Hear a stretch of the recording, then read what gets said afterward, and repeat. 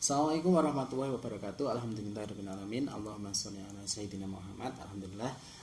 Bagaimana kabarnya anak-anak? Sehat semua ya. Alhamdulillah. Semoga selalu dalam lindungan Allah Subhanahu wa taala.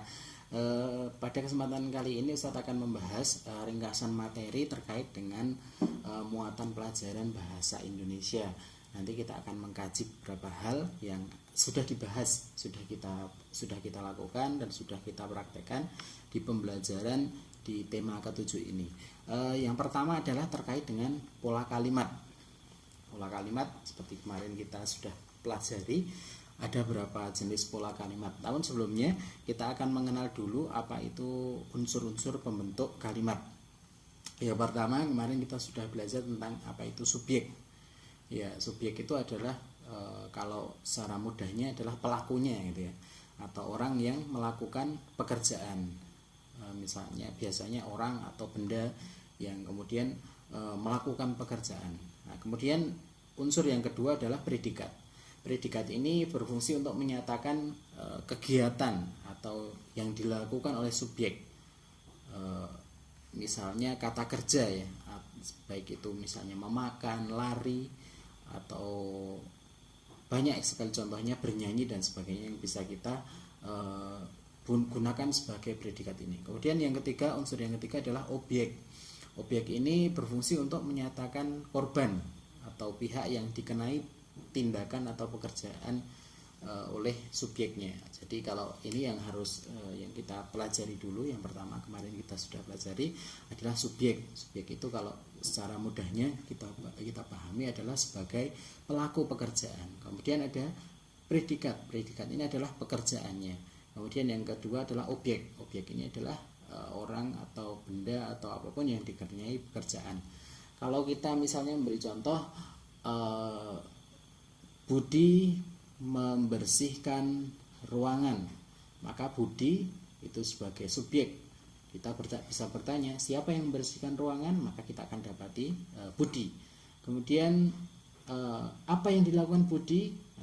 Membersihkan ya. Ini kemudian kita dapati itu adalah predikatnya. Kemudian apa yang dibersihkan oleh Budi, maka itu kita akan mendapatkan itu adalah sebuah objek dari pekerjaan yang dilakukan oleh Budi. Maka sekali lagi subjek adalah pelakunya, predikat adalah pekerjaannya, dan objek adalah yang dikenai pekerjaan. Kemudian selain subjek, predikat, dan objek, ada juga pelengkap. Pelengkap ini adalah unsur kalimat yang melengkapi unsur-unsur lainnya, misalnya melengkapi subjek atau melengkapi objek. Contohnya apa? Contohnya misalnya saya membeli buku yang baru terbit di toko buku. Ya. Sayanya subjek, membelinya predikat, bukunya objek. Terus apa ini? Ada keterangan yang baru terbit di toko buku. Ini adalah namanya pelengkap dari objek. Pelengkap dari objek yang berupa buku tadi, bukunya yang baru terbit di toko buku. Kemudian misalnya pelengkap subjek, ini di sini ada contohnya, gadis yang berambut pirang itu menemui aku di kelas pagi ini. Nah, gadis itu sebagai subjek, kemudian ada pelengkapnya yang berambut pirang itu.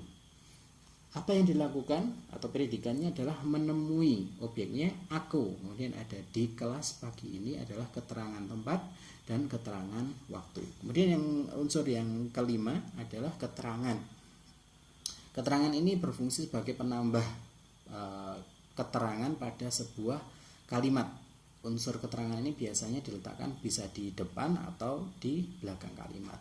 Ada beberapa jenisnya itu ya, dari keterangan ini ada beberapa jenis unsur keterangan. Misalnya ada keterangan waktu. Keterangan waktu ini contohnya kemarin, besok, bulan lalu, 2 hari yang lalu, atau pekan depan, lusa, dan sebagainya. Itu namanya keterangan waktu. Kemudian yang kedua ada keterangan tempat.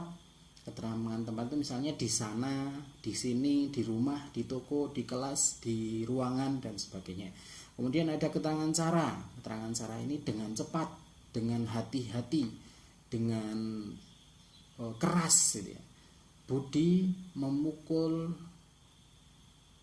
tikus dengan keras. Nah, subjek Budinya adalah subjek, memukulnya predikatnya, tikusnya sebagai objek. Keterangan caranya adalah dengan keras. Ini adalah keterangan cara.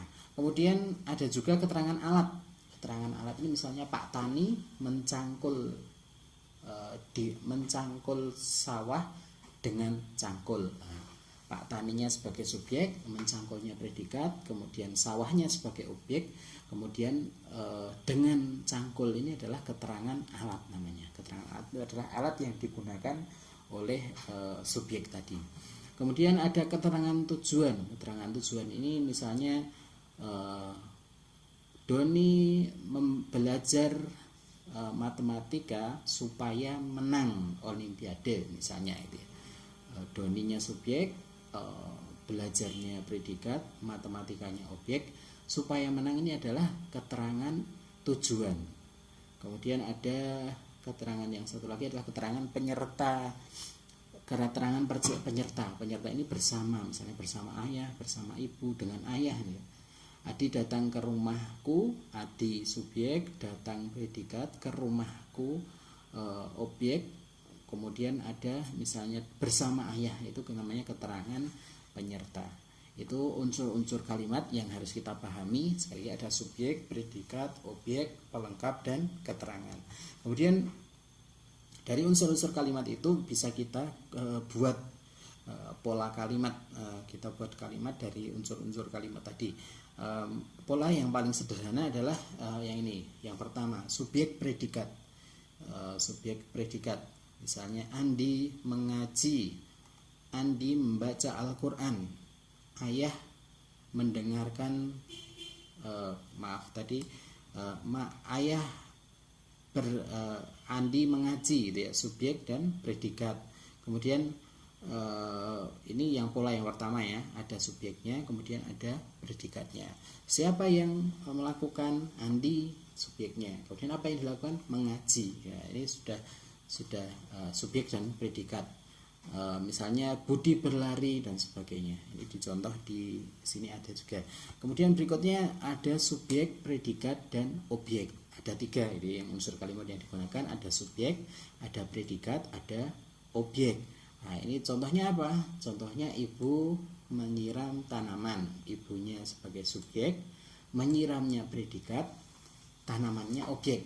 Nah, kita bisa analisa dari misalnya dari satu kalimat. Andi memakan roti. Andi memakan roti. Andinya siapa yang memakan roti? Andi. Nah, diketahui Andinya adalah subjek. Apa yang dilakukan Andi? Memakan. Nah, predikatnya memakan. Apa yang dimakan oleh Andi adalah roti. Nah, itu adalah objeknya. Jadi pola kalimatnya adalah subjek, predikat, dan objek. Ini pola yang kedua. Kemudian pola yang ketiga ada subjek, predikat, dan pelengkap. Contohnya seperti apa? Misalnya di sini ada di contoh di sini ada aku tiba yang paling terakhir. Akunya ini sebagai subjek, tiba itu datang ya, tiba sampai sebagai predikat. Kemudian yang paling akhir ini adalah pelengkap. Adik makan yang enak-enak gitu. Adiknya subjek, makannya predikat, yang enak-enak ini sebagai pelengkap. Kemudian pola kalimat yang berikutnya adalah subjek, predikat, pelengkap, dan subjek, predikat, dan pelengkap. Misalnya saya meminum yang hangat-hangat dengan sangat cepat gitu ya. Sayanya subjek, meminumnya predikat, pelengkapnya yang hangat-hangat dengan sangat cepat, ini keterangan cara. Kemudian pola kalimat berikutnya ada subjek, predikat, objek, dan pelengkap. Misalnya Budi melihat anak yang berbaju merah itu. Budinya subjek, melihat predikat, anaknya objek. Kemudian ada pelengkap, yang berbaju merah itu namanya pelengkap. Ini SPO pel. Kemudian yang pola kalimat berikutnya, pola kalimat yang ke-6, subjek, predikat, dan keterangan. Misalnya ini aku berlari dengan sangat cepat. Nah, ini contohnya ya. Aku berlari dengan sangat cepat. Coba kita analisa apa subjeknya apa? Subjeknya aku, ya betul sekali. Kemudian berlari menjadi predikat. dengan sangat cepat itu namanya keterangan apa? Keterangan cara. Ya, betul sekali. Kita lanjutkan, pola berikutnya adalah SPOK. Ini juga yang sering kita gunakan, subjek, predikat, objek, dan keterangan. Misalnya di sini dicontohkan kakak bertemu Budi di stasiun kereta api. Kakaknya sebagai subjek, bertemunya predikat, bertemu dengan siapa? Budi sebagai objek. Kemudian di stasiun kereta api ada keterangan tempat. Itu contohnya. Kemudian pola yang berikutnya ada subjek, predikat, objek, pelengkap, dan keterangan. Ini lengkap sekali ya. Unsur-unsurnya dipakai semua. Aku memberi wanita yang mengemis itu uang untuk digunakannya membeli makanan. Akunya subjek, memberinya predikat, wanitanya objek, yang mengemis itu adalah pelengkap. Kemudian uang untuk digunakannya membeli makanan ini adalah keterangan alat. Ya, itu contoh-contoh dari pola kalimat. Kemudian selain pola kalimat, kemarin di tema 7 kita juga sudah belajar tentang ide pokok suatu tulisan atau suatu teks bacaan. Kemarin kita juga sudah beberapa kali mencoba ya, ada banyak sekali teks yang kemudian kita coba cari ide pokoknya. Bagaimana caranya gitu ya. Kemarin sudah kita praktekkan, namun Ustadz coba ringkaskan. Sekali lagi kita ketahui dulu, ide pokok itu adalah ide pokok suatu bacaan itu dapat kita temukan jika kita membacanya dengan teliti dan hati-hati. Ide pokok ini ditemukan pada biasanya kalimat utama tiap paragraf. Kemudian yang ketiga, ide pokok ini adalah gagasan utama dari sebuah bacaan atau teks. Kemudian caranya bagaimana? Caranya adalah kita mengumpulkan pertama dari setiap paragraf kita ambil kalimat utamanya. Masih ingat biasanya kalimat utama itu ada di 3 tempat di sebuah paragraf. Ada di depan, kalimat yang paling pertama. Kadang juga di tengah, kadang juga di akhir. Tapi yang paling sering kita temui adalah di kalimat utamanya ada di depan, kalimat pertama. Nah, ini seringnya gitu ya, seringnya dari sebuah paragraf. Tapi ada juga pola yang lain. Kadang kalimat utama itu di tengah, kadang kalimat utama itu di akhir. Tapi yang paling sering adalah yang kalimat yang pertama. Kemudian setelah kita dapati kalimat utama setiap paragraf, maka kemudian disatukan gitu ya, disatukan kemudian diringkas menjadi ringkasan. Nah, dari ringkasan itu kemudian kita bisa mendapatkan ide pokok dari setiap bacaan. Contohnya misalnya di sini ya, ada tulisan seperti yang sering kita lakukan. Kita menulis kalimat utama di setiap paragrafnya, kemudian kita buat ringkasan dan akan kita temukan ide pokok dari bacaan teks bacaan tadi. Kemudian yang penting itu ya, ada berapa di samping tadi keterampilan tadi, maka ada beberapa pengetahuan yang perlu kita ketahui dari tema 7 ini. Yang pertama adalah di teks atau di subtema yang pertama terkait dengan teknologi pangan. Ada beberapa teks yang penting, namun Ustadz ambilkan 2 teks di sini ya. Ada teks yang terkait dengan teknologi pangan, yang Ustadz garis bawahi paling penting adalah apa itu teknologi pangan. Di paragraf ketiga kita mengetahui teknologi pangan adalah penggunaan ilmu pengetahuan untuk mengolah pangan gitu ya. Itu yang paling penting. Walaupun nanti kemudian hasil dari teknologi pangan itu apa saja gitu ya. Di teks berikutnya ada ini. Nah, ini juga termasuk contoh bagaimana kemudian mencari kalimat utama. Di 3 paragraf yang di teks hasil teknologi pangan ini ada 3 paragraf ya, 3 paragraf. Kemudian di tiap paragraf itu kalimat utamanya ada di kalimat pertama di setiap paragraf dari teks itu. Nah, ini yang teknologi pangan. Ada beberapa hal bisa kalian simpulkan, kalian ambil. Kalian juga sudah mencari ide pokoknya, mencari ringkasannya, mencari kalimat utamanya. Kemudian berikutnya ada di subtema 2 terkait dengan pengolahan atau teknologi sandang. Teknologi pangan, kemudian teknologi sandang. Ada beberapa teks yang perlu kita garis bawahi gitu ya, terkait dengan ini. Yang pertama adalah cara pengolahan bahan dasar pakaian. Ada berapa bahan dasar pakaian. Kalau dilihat di sini ada yang dari kapas, dari daun, dari kayu, dari batang pohon, kepompong, ulat sutra, dan bulu domba. Kalau yang paling banyak sekarang digunakan adalah dari kapas, dari dari kepompong sutra dan bulu domba. Nah, ini yang paling banyak. Tapi sekali lagi untuk yang sutra bagi laki-laki muslim, Rasulullah melarang kita untuk menggunakan pakaian yang terbuat dari sutra. Kemudian ada bahan-bahan dari dulu itu ya, ini ada sejarahnya, dari kayu bagaimana kemudian dibuat, ada dari kulit hewan itu juga. Kemudian dulu disamak itu ya, dari kulit hewan, kemudian dibersihkan bulunya, kemudian dikeringkan, namanya disamak, bisa menjadi pakaian. Berikutnya adalah teknik dari pengolahan pakaian ini ya. Secara garis besar dapat kita simpulkan dari bahan dasarnya itu bisa dari kepompong, kemarin kita sudah melihat videonya. Kemudian ada dari kapas dan lain sebagainya, ada dari bulu domba. Nanti dari bahan dasar ini yang dihasilkan dari petani, dari peternak, nanti akan dipintal menjadi benang ya, dipintal menjadi benang. Kemudian nanti setelah dipintal menjadi benang, nanti ditenun menjadi kain oleh penenun, kemudian nanti akan dijahit kemudian menjadi baju kita. Kadang juga sebelum dijahit ada proses pewarnaan atau mungkin membatik dan sebagainya. Itu yang kemudian proses yang kita dapati dari teknologi sandang ini. Kemudian di teknologi sandang ini juga ada hal yang perlu kita ketahui lebih lanjut, yaitu terkait dengan pakaian adat.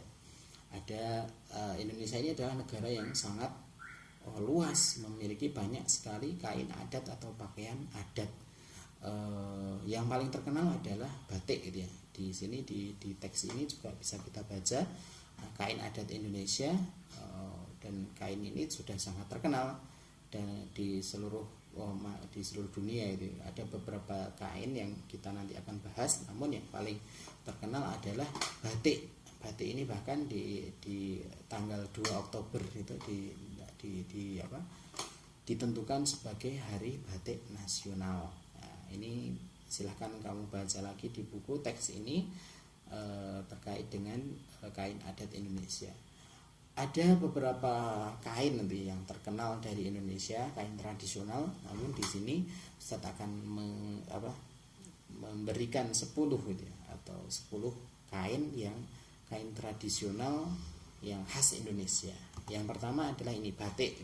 Batik ini sudah sangat terkenal gitu ya, dan ini sudah beberapa kali mau diklaim oleh negara lain. Padahal dari batik itu sendiri sebenarnya berasal dari bahasa Jawa, yaitu yang berasal dari kata amba, yang dalam bahasa Jawa artinya menulis, dan titik itu artinya ya titik gitu ya. Maka dinamakan batik, ambatik gitu ya. Amba dan titik, menulis dan memberi titik, maka dinamakan batik. Pada awalnya batik ini dibuat di atas kain mori, lalu digambar menggunakan lilin dengan canting gitu ya. Di ekstra batik kita sering melihat bagaimana proses pembuatan batik ini, dan motifnya setiap daerah berbeda-beda punya motif tersendiri. Dari Jawa saja ada banyak sekali motif ya, motif batik ini. Kemudian yang kedua adalah kain ulos. Kain ulos ini di Batak ya, dari tradisi masyarakat Batak. Ulos ini biasanya digunakan pada peristiwa-peristiwa penting, mulai dari pernikahan, kelahiran, kematian dan sebagainya. Ini yang di sini asalnya dari Batak ya, dari Batak. Kemudian ada beberapa jenis ragam tenunan dari benang emas itu. Cara membuatnya atau ini ya Pak, ada beberapa jenis ulos yang kemudian sudah punah gitu ya, atau sudah tidak ada lagi, seperti ulos raja, ulas ragi, ulas gobar, ulas saput, dan ulas sibolang. Kemudian yang ketiga adalah tenun ikat. Kita cepat saja, nanti kamu bisa baca sendiri ya untuk lengkapnya. Tenun ikat merupakan kain tradisional Indonesia berupa kain yang ditenun dari helaian benang pakaian, kemudian diikat, kemudian dicelupkan ke zat pewarna alami. Ini banyak terdapat di Toraja, Sintang, Jepara, Bali, Lombok, Sumbawa, Flores, dan Timor. Kemudian yang keempat ada kain geringsing. Kain geringsing ini dari Bali. Ini adalah kain yang proses dikerjakannya sangat lama, sekitar 2-5 tahun itu ya, untuk pembuatannya. Ini berasal dari tenganan Bali. Geringsing ini berasal dari kata gring yang artinya sakit, sing yang artinya tidak.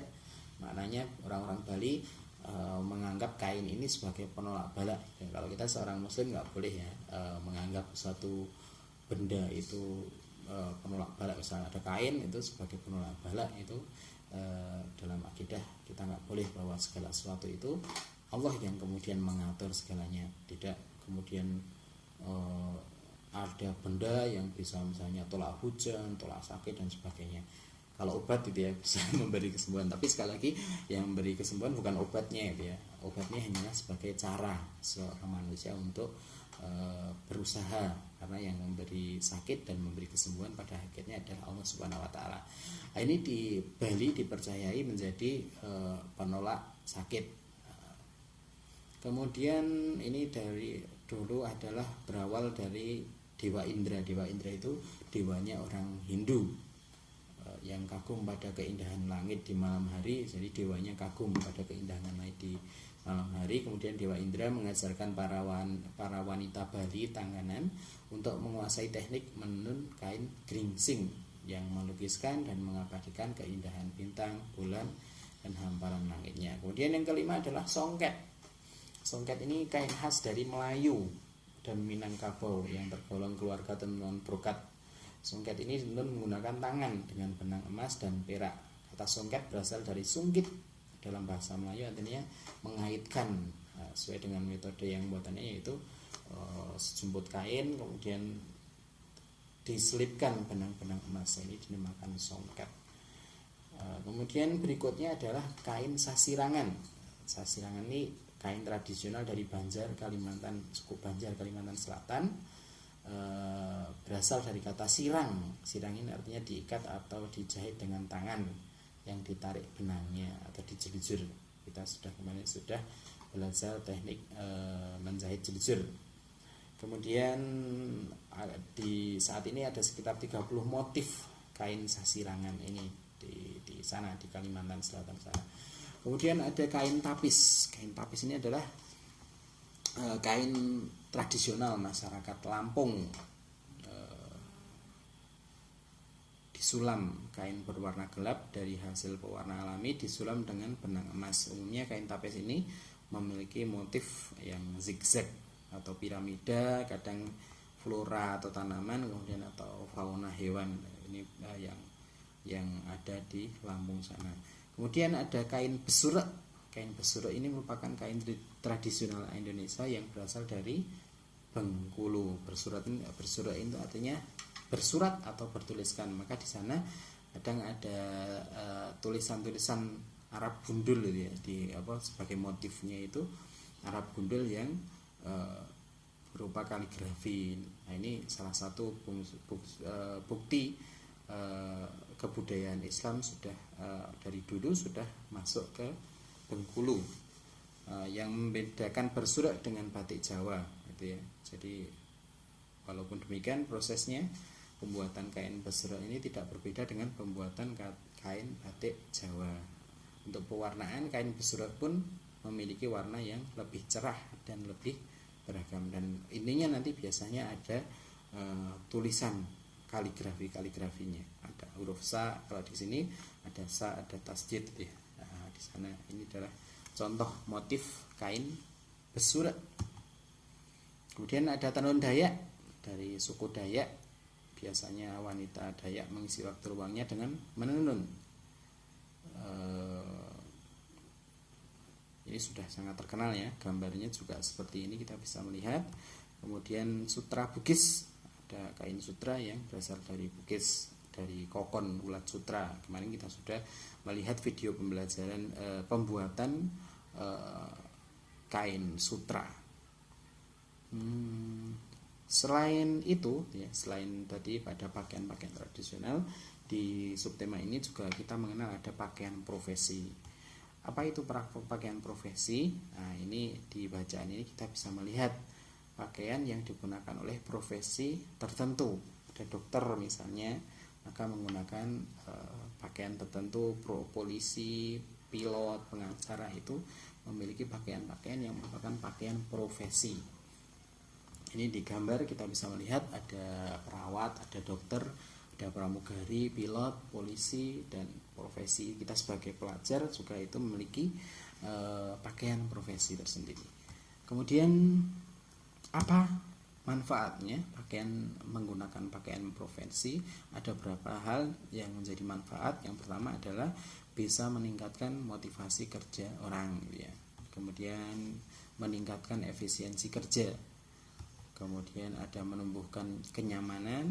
Yang keempat, melindungi tubuh. Bahkan di beberapa profesi misalnya tentara gitu ya, di gambar ini ada tentara. Nah, itu pakaiannya dirancang khusus untuk melindungi tubuh mereka dari serangan tentunya gitu ya. Kemudian memberikan kesan profesional. Di samping itu juga membedakan pekerjaan satu dengan pekerjaan lainnya. Sama-sama aparatur negara, antara polisi dan tentara memiliki pakaian yang berbeda. Kemudian juga sebagai alat mempromosikan suatu pekerjaan, itu manfaatnya. Kemudian di subtema 3 ada tentang alat-alat komunikasi. Sejarahnya kita bisa baca di teks ini. Nanti silahkan kamu baca. Terus di sana ada kata-kata khusus tentang gagasan, pesan, lisan, informasi. Ya, kemarin kita juga sudah mencari artinya di Kamus Besar Bahasa Indonesia. Manfaatnya apa? Di sini di teks ini kita bisa menemukan manfaat dari alat komunikasi. Kemudian di berikutnya ada macam-macam alat transportasi. Di subtema yang keempat ada tentang teknologi transportasi. Ada ini ya, transportasi yang di darat, air, dan udara. Dan alat transportasi ini terus berkembang ya, dan semakin canggih. Misalnya kereta api yang tadinya dari kereta api uap sekarang sudah ada kereta api listrik gitu ya. Misal pesawat yang dulunya seperti apa kemudian sekarang sudah menjadi ada yang canggih sekali gitu ya. Bahkan sekarang ada yang kemudian pesawat tanpa awak, misalnya drone dan sebagainya. Kemudian sepeda motor juga selalu berinovasi, mobil banyak sekali jenis mobilnya. Manfaatnya apa gitu ya? Manfaat dari alat transportasi kamu bisa melihat di teks yang ini gitu ya, tentang apa keuntungan dan kerugian dari alat transportasi. Di sini ada keuntungannya, yaitu alat transportasi memudahkan manusia pergi dari satu tempat ke tempat yang lain. Namun alat transportasi yang terlalu banyak di jalan menyebabkan kemacetan. Ini salah satu manfaat dari alat transportasi.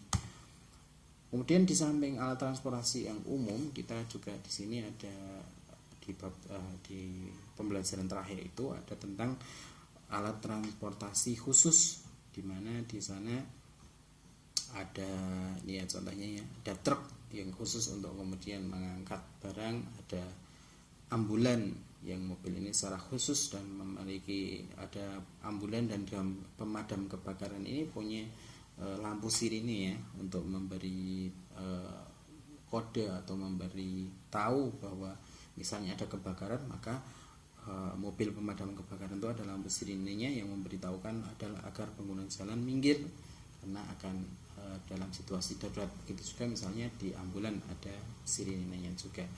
Demikian mungkin yang bisa Ustadz sarikan dari pembelajaran kita di tema ke-7 ini. Semoga yang Ustadz berikan yang bermanfaat. Ustadz akhiri. Wassalamualaikum warahmatullahi wabarakatuh.